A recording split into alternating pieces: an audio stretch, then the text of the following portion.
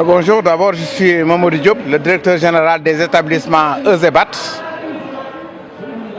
Alors, aujourd'hui, vous avez inauguré cet établissement aussi en plein banlieue de Dakar. Alors, est-ce que vous pouvez nous rappeler également l'objectif premier également de l'établissement? Oui, c'est dans la stratégie de développement des établissements EZEBAT et dans une vision de rapprocher les formations techniques professionnelles aux populations les plus éloignées de l'agglomération de Dakar. Nous sommes à Dakar au point E sur 4 sites pédagogiques, à Ziguinchor, à Saint-Louis. Donc il était normal qu'on se déploie à Kermassar quand on connaît le poids démographique de Kermassar dans la région de Dakar. Donc ramener les formations techniques professionnelles le plus proche possible des populations, des jeunes en particulier, c'est vraiment ce qui motive l'implantation de cette école au niveau de Kermassar. Compte tenu également aujourd'hui du poids également du chômage des jeunes, et aujourd'hui votre école est venue à point nommé, est-ce que vous croyez que ça pourrait relever également le défi également de l'employabilité et de la formation professionnelle? Bon, sans prétention aucune, mais il est avéré que la formation technique dans certains domaines de l'industrie, de l'énergie, des mines, a une incidence sur l'employabilité des jeunes. Parce que tout le monde sait que le secteur des BTP est un secteur à forte demande de main-d'œuvre. Le secteur des énergies, l'énergie conventionnelle comme les énergies renouvelables, emploie de plus en plus de jeunes. Et donc, d'une manière générale, d'abord, à la création de EZEBAT, nous avons réfléchi à ces questions-là pour savoir que, quelle que soit la situation du jeune, après sa formation à EZEBAT, elle est capable du jeune, il est capable de s'insérer, soit comme stagiaire et à quelque temps, il pourra se mouvoir de lui-même en tant qu'auto-entrepreneur ou bien être employé. Mais à coup sûr, ce sont des formations qui, on va dire, dans un contexte normal, garantissent l'employabilité et l'emploi des jeunes. Le taux d'insertion que nous avons remarqué au niveau de nos sortants est très très élevé.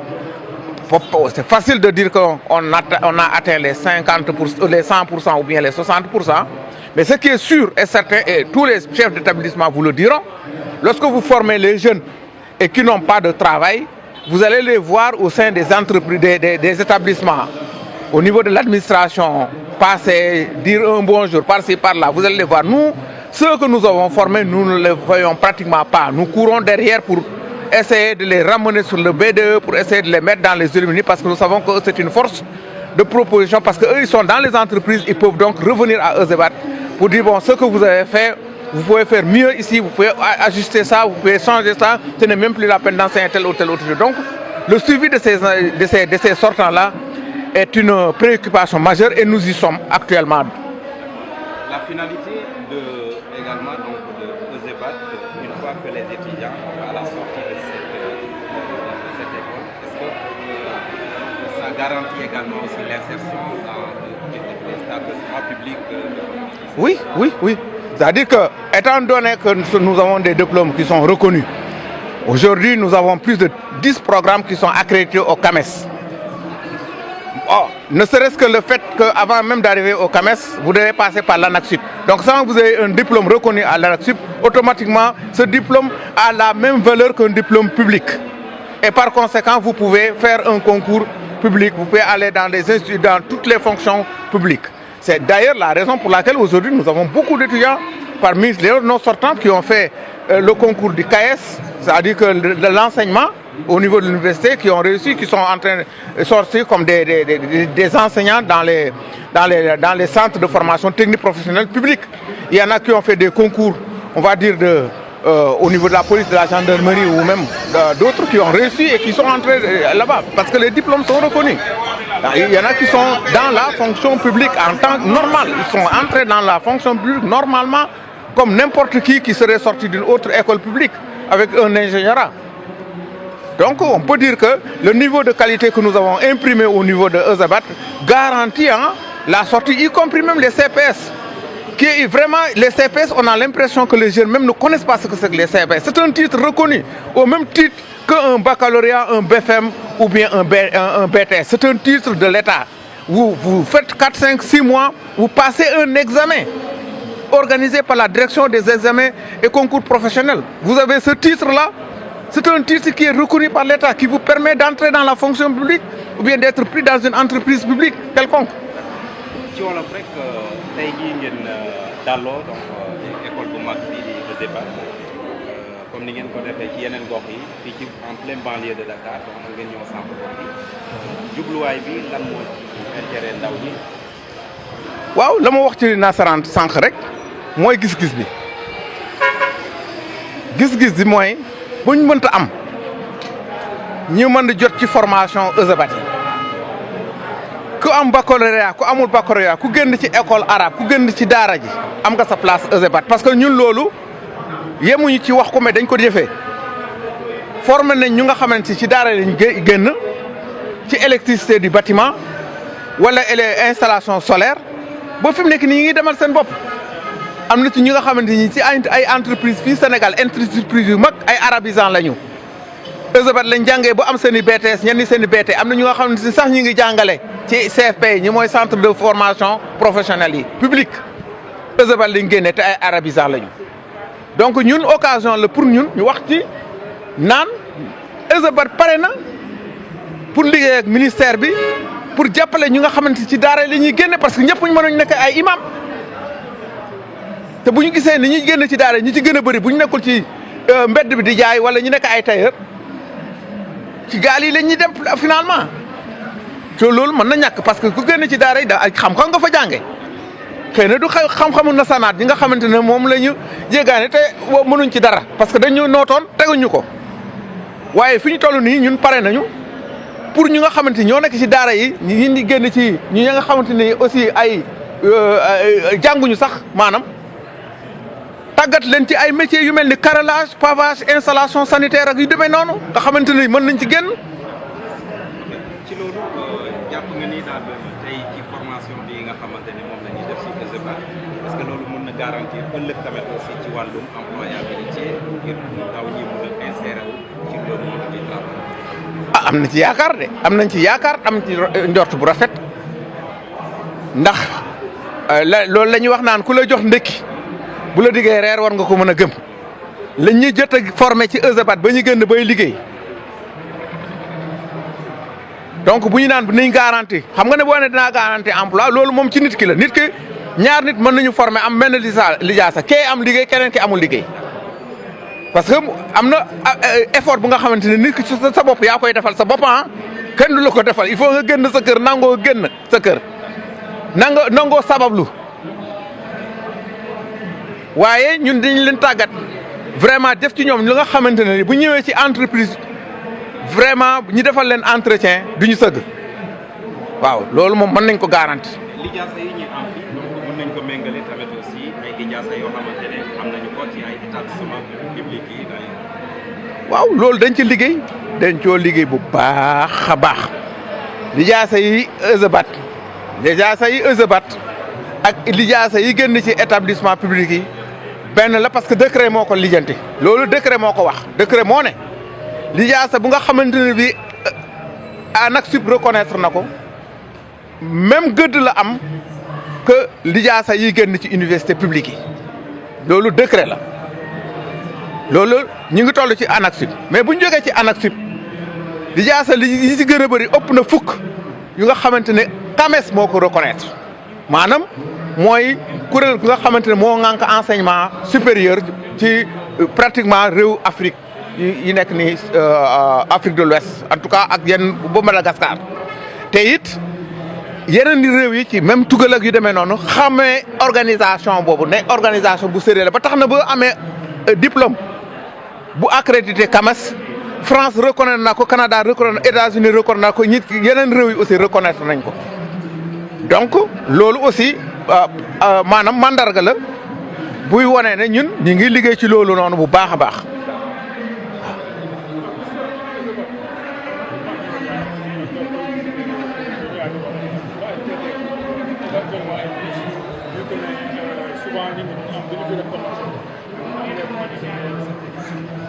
waaw lan ñu doon wax ci qualité rek moo ci nekk ba léegi parce que partenariat yu bëri aussi mu ngi lalu ci qualité jooju bu pouvoir public gisee ne EZBAT a ngi liggéey ci yenn façon secteurs yi comme formation technique professionnelle dañu ci fekk jàppale ñu ci lan di xool xale yu nga xamante ne toll nañ ci ñu orienté leen jàppale leen ci ay bourses affecté leen EZBAT loolu nguur gi ci boppam mus na ko def ci jamono en tant que orientation nouveau bachelier yi nga doon dëgg EZBAT jotoon na ci am lu toll na presque 300 maanaam ñett téeméer waaye temps yi ni nga xamante ne loolu amatul ay organisation yu mel ni 3FTP ñi ngi ci ba ren gii nii may wax ak yow 3FTP la mu envoyé ci EZBAT mot na 173 maanaam téeméer ak juróom-ñaar fukk ak ñett yoo xamante ne 3FTP envoyé na ko waaye nag 3FTP aussi amul budget bu toll nii bu mën a envoyé bu doon ñu nga xam ne matale na critères yi yëpp 3FTP da leen di jox bourse ñun mënoon nañ jël lu toll 1000 étudiants waaye nag 3FTP aussi dafa am budget yu limité bu nga xamante ne fonctionnement ak yu demee noonu donc dafay diis waaye nag li muy envoyé lu toll ni mu envoyé lu ëpp téeméer day wone ne maanaam am na yaakaar ci EZBAT wóolu na ko en tout cas. benn bi ñaareel mooy mairie Kër Massar bi nga xamante ne foofu lañ ñëw te mu ñu si njaate gi daanaka bañ fi ne cëpp ba dem gis maire bi wax ak moom lu bëri wax nañ ñu ko waaye dañ ko ne ñun dañu bëggul li nga xamante ne mënees na si teg bët te ni mu gën a gaawee te parce que xam nañu ne ci ndaw yi fii nii ci commune bi bëri nañ ñu nga xamante ne aajoon nañu formation yi ñuy def mu ne ñu bu boobaa dinañ xaatim benn convention ba mairie bi ci boppam ak lim man ci kat budget am mu préparé ko pour mën a orienter ay xale ci EZBAT convention boobu lañ am déjà avec mairie bi waaye ñun am nañ convention ak yeneen mairie ku mel ni que mairie Morolan mairie Saly Portudal mairie Rufisque mairie donc am na mairie collectivité locale yi d'une manière générale ñu bëri am nañu convention mais nag convention yi mën nañu wuute ci maanaam ci formation yi ñu gën a soxla wala ci nombre bi waaw. merci beaucoup maa leen di jërëjëf. Mamadou Diop laa tudd waaw Mamadou Diop waaw. Je m'appelle Amadou Kamara Gueye, je suis le responsable du personnel de la mairie de Keur Massar Sud. Alors aujourd'hui, vous avez assisté à l'inauguration de cet établissement en tant qu'également instance communale, représentant du maire. Aujourd'hui, alors comment vous avez également aperçu également cette idée noble d'installer une très grande école d'ingénieurs? Oui, c'est un événement qui tombe à pic. Je pense que tantôt la plupart des invités l'ont dit, Keur Massar est une grande agglomération et la plupart des jeunes sortent ici pour aller chercher des écoles de formation de qualité. Donc si on voit donc EZBAT venir s'implanter à Keur Massar Sud, ça tombe à pic parce que vous savez que les frais de scolarité sont chers, plus les frais de transport. Donc si l'école vient ici dans notre commune, s'implanter, nous ne faisons que applaudir cela et de les accompagner, comme tantôt l'a dit M. Diop, dans un partenariat gagnant-gagnant parce que la mairie a décaissé un budget de presque d'une dizaine de millions pour accompagner des jeunes à être formés dans plusieurs filières. Il y a niveau bac, niveau BFM et ceux qui n'ont pas encore de diplôme. En total, c'est entre 25 et une trentaine de bourses que la mairie a mis à la disposition des habitants de Keur Massar Sud. Je pense que dès bientôt, on verra l'appel à candidature avec les critères qui vont les accompagner. Parce que pour les formations niveau bac, on exige que l'étudiant ait un bac scientifique. Aujourd'hui, en termes de formation professionnelle, alors qu'est-ce que ça peut engendrer également pour les jeunes dans la commune de Keur Massar? Oui, c'est vrai que Keur Massar on peut comparer la commune avec les autres communes du pays. Donc tout à l'heure, je pense que le représentant du ministère de la formation professionnelle et technique a mentionné des chiffres très importants. Je pense qu'il a dit de la classe de 6e secondaire en terminale, on a plus de 4 millions de jeunes. Donc on a une population essentiellement jeune qui doit être formée et que les enseignements publics de manière générale ne peuvent pas aspirer tous ces jeunes-là. Il faut des formations professionnelles de qualité. L'autre aspect aussi qui me semble très important, il faut une industrialisation forte. Au Sénégal, presque 60 à 70% de l'économie tourne autour des services. Donc, il me semble qu'on saute ce pont-là, c'est-à-dire l'industrialisation, parce que beaucoup de nos matières premières ne sont pas transformées. Donc, il nous faut des industries très fortes. Et pour cela aussi, il faut que ces jeunes-là puissent être formés pour qu'ils puissent travailler et résorber ce gap du chômage qui est l'un des plus grands défis de l'actuel gouvernement. Alors, si on offre, nous avons donc l'école Beignet dans l'Offiné, il y a une commune.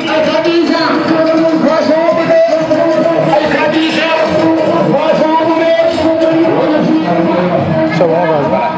Donc, yéen ngeen nekk ci commune bi tey école bi tey taxawaayam fii ban njëriñ la mën a am indil askanu Kër Massar. waaw di ko rafetlu rek parce que loo xam ne da nga ko doon dem di ko wuti bu ñëwee fekk si la alhamdulilah ngay wax donc ESCBAT yaakaar naa bii mooy 4e wala 5e campusam au Sénégal te Kër Massar tey bëri na ay xale yu fiy jóge di dem biir Dakar di jàngi kon bu ñu amee école bi ñëw ba seen côté ba seen pegg ñi mën fa di fa dem di jàngee.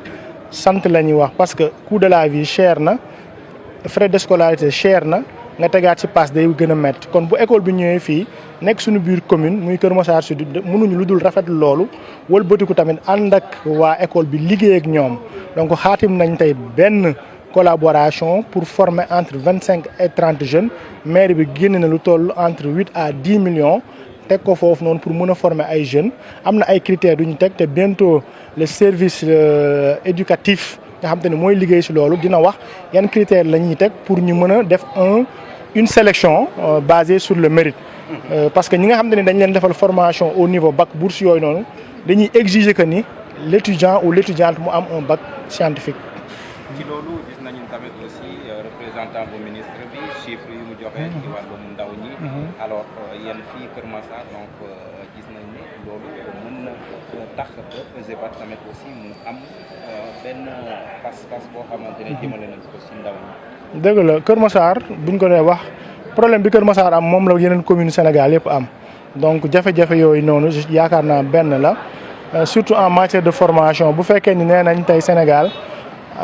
li toll ci ay xale yu def 6e secondaire ba terminale mën nañ 4 millions te ñooñu ñëpp da ngay xam ne enseignement secondaire mënu leen jël en compte il faut ñu am ay formation professionnelle te tey défi yi gën a mag ci Sénégal industrialisation la parce que suñu économie lu si bëri day reposer wu sur les services les banques la télécommunication dafa mel ni dañuy sauter phase industrialisation parce que suñu produit matière première bu ñu leen transformer day nekk matière première brute ñu jël ko jaay ko te loolu bu ñu amoon des industries ay des gens formés yaakaar naa loolu dina mën a am jeexital ci réew mi ba ñu mën a inverser courbe du chômage nga xam te ni ñàkkum xëy ndaw yi tey waral na ay jafe-jafe yu bëri ba xale yi di jël gaal di def yeneen ak yeneen en tout cas daal am nañ yaakaar ñu ngi tàllal suñu loxo ESCBAT di leen dalal Kër Massar di leen wax ne pare nañ liggéey ak ñoom ci anam yëpp loo xam te ne dina mën a doxal suñu gox doxal Sénégal. Merci. Ok, je vous en prie. Merci.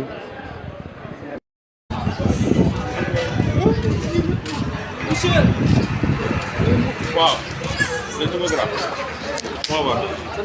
Monsieur Ndiaye, un mot. Ah, ça va, madame. Voilà, aujourd'hui nous sommes venus à l'ESCBAT pour l'inauguration de l'établissement. Et l'établissement, l'établissement vient à son heure. Hein. Puis la demande sociale, puis la démographie de Kër le positionnement de la danse, de l'éducation de la formation est devenu une nécessité. Et aujourd'hui, on est là pour l'inauguration. On remercie le DG Mamadou Diop, le directeur académique, qui nous a impliqués effectivement cette inauguration. Nous sommes venus présenter nos ouvrages et partager avec tout le personnel, les populations et les formateurs des étudiants. Merci beaucoup. Ok, merci à vous. Merci beaucoup. Merci.